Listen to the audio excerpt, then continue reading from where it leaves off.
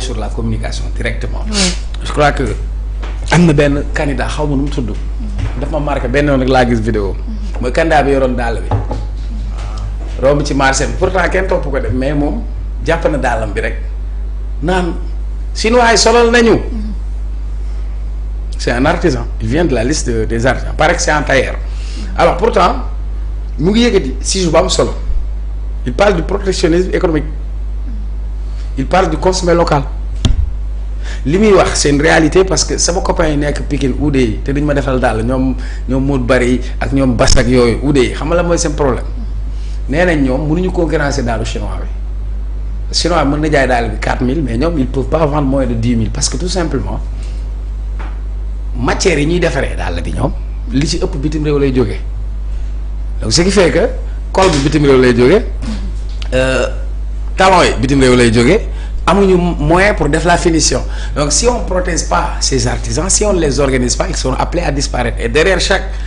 place uude wala place su tëgg bi dafa am ay métiers yu ñu ciy formé pourtant il a tenu un bon discours malgré qu'il n'a pas la masse j'aurais souhaité qu'il soit député pour que le message et le plaidoyer soient entendus beneen bi il faut aller sur la communication d'Ousmane Sonko il est phénoménal c'est-à-dire c'est une phénomène la quoi nga bëgg ko nga bañ ko il est phénoménal c'est-à-dire dafa def lu ñuy wax communication territoriale man maa ko ci dolli parce que moi je suis un acteur de territoire lu tax ma tuddee ko de la communication territoriale doo ko dégg fenn ci benn école de com loolu maa koy joxe mooy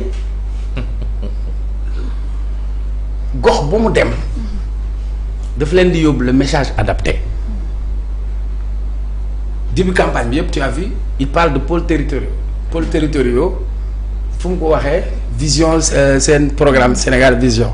et sooy seet Abdoulaye Wade il avait parlé de provincialisation il avait parlé de province pour wax fii Waalo fii Casamance yi il parle de pôle mais Sonko même sur la cartographie de sa campagne daf ko def par pôle quand il va à Mbour il va parler des questions de pêche il va parler des questions de l'immigration parce que dernièrement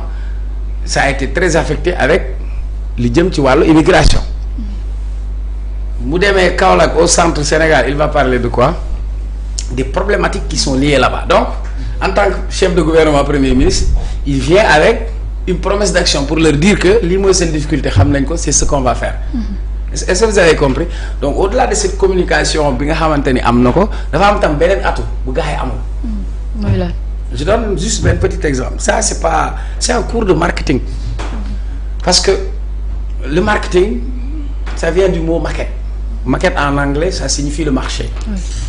bu ñu ci yokkee ing en anglais ça veut dire on agit sur le marché et agir sur le marché c'est on parvient à influencer le consommateur donc ici on va déplacer le curseur pour parler de marketing politique Sonko c'est un produit il sait se positionner et il sait se vendre mais pour pouvoir se vendre il faut nga xam ce consommateur li mu soxla est-ce que yaa may dépassement yaa may flow bu baax donc ce qui fait que il s'est vendu donc bu ñuy wax tey Sonko est devenu am na benn jour xam nga doon karaat sànni benn tànk bi def nii gars yi def ko t-shirt commencé koo jaay donc il devient une marque si on cherche un influenceur au Sénégal il y a un seul et unique influenceur il s'appelle Ousmane Sonko l'influenceur c'est celui qui est capable de faire adopter des comportements à des personnes Sonko nee na dafa sëqat xaw ma lu ko dal mu ne Passivalda la seq nga xëy yeewu foo tourner Passivalda j'ai fait une petite lecture une analyse peut-être marketing ma yeewu gis waa Val d'Afrique seen communauté manager génnee seen xeetu Passivalda yi am yëpp génnee prix yi ñu ci am bu juróom beeg bu 100 francs beeg bu 200 bi le lendemain je me réveille ma gis le communauté manager de dolli ma meew bi mu daan ne yow Passi maay sa doomu yaay foo ma sa dem maa yow ay ànd xanaa booy dem di nga ma yóbbaal doo ma fi bàyyi donc tu comprends que même les marketeurs ils suivent cette tendance maintenant ce que je veux montrer ici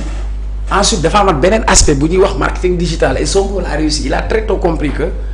digital bi c'est une arme Macky l'avait rarement compris très tard compris il parlait de kàcc parce que c'était pour minimiser l'affaire alors qu'aujourd'hui même dans la communication les autres sont en train de suivre am na temps boo xam ne sur la campagne soo ubbee YouTube ngay commencer seetaan benn film da ngay jékki-jékki Anta Babacar Ngom génn ils ont compris que maintenant le digital marketing digital bi daf ciy jouer donc sur le plan des discours Sonko a calibré et puis il a segmenté parce qu'en marketing on parle de segmentation c'est-à-dire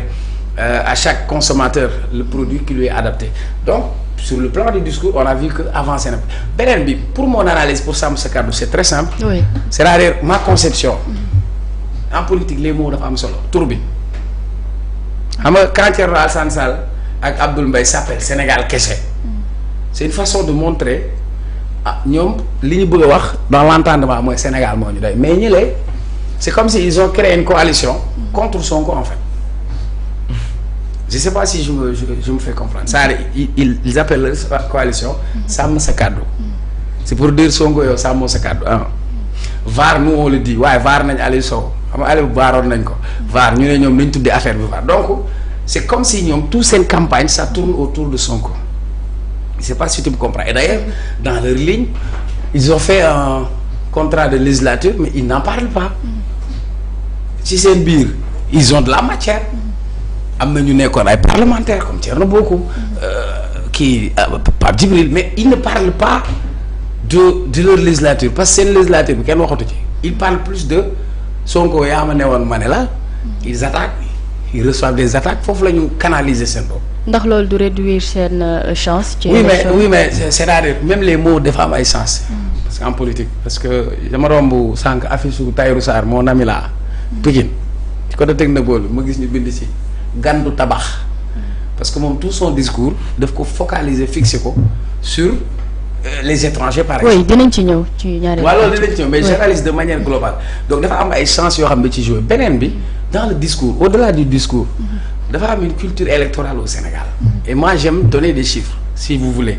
Abdoulaye Wade première alternance on a eu 3 alternances mais on a remarqué que alternance bu ñu am présidentielle ki ko gagné day am majorité parce que le discours mooy doo joxe bopp roo ci làmmiñ soo ma joxee président soo ma joxul assemblée su ma doxalul kon ci yow la donc ce qui fait que Wade en 2000 bi mu demee législative dafa am majorité Macky Sall en 2012 dafa gagné taf 6 mois mu organiser législative il a la majorité donc en quelque sorte ñii seen communication yëpp Sonko daf ko accès tamit ci 2 au début de sa campagne lan la doon wax il faut ñu am majorité pour gouverner li tax ñu soxla majorité ñaar moo tax dans son objectif de communication daf ko définir et il donne le pourquoi c'est nous avons besoin d'avoir une majorité pour pouvoir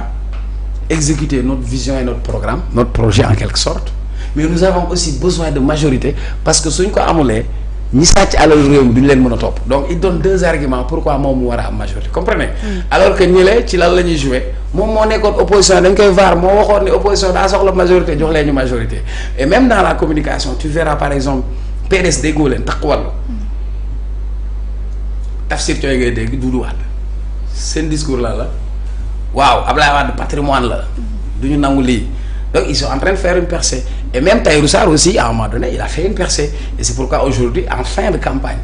lu tax Sonko cité ko dès le début lu tax Sonko cité ko tey tout est dans la communication tout est dans la stratégie donc en quelque sorte wax naa ko bañ ma ko ma ci mere dans cette campagne il y a eu Ousmane Sonko